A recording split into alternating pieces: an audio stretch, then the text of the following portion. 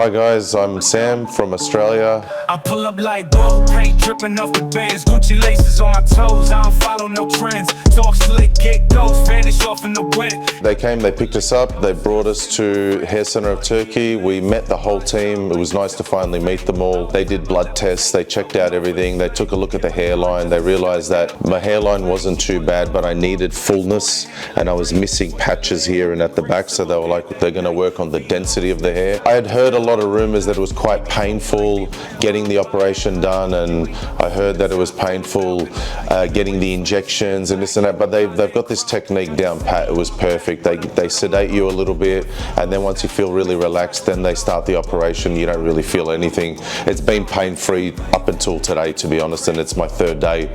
So we've literally just come back now and had our hair washed. It's been amazing so far. Everything's great. Everything worked out perfectly.